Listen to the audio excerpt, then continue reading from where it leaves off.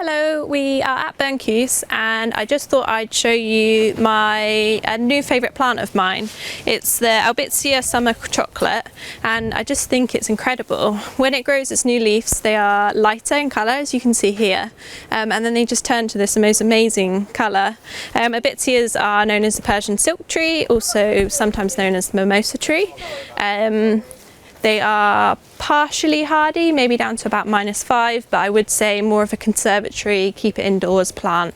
Might be okay in parts of the southwest and London, but may struggle a little bit if there's any frost. It probably would die. But just incredible. As you can see, we've got quite a few different varieties here.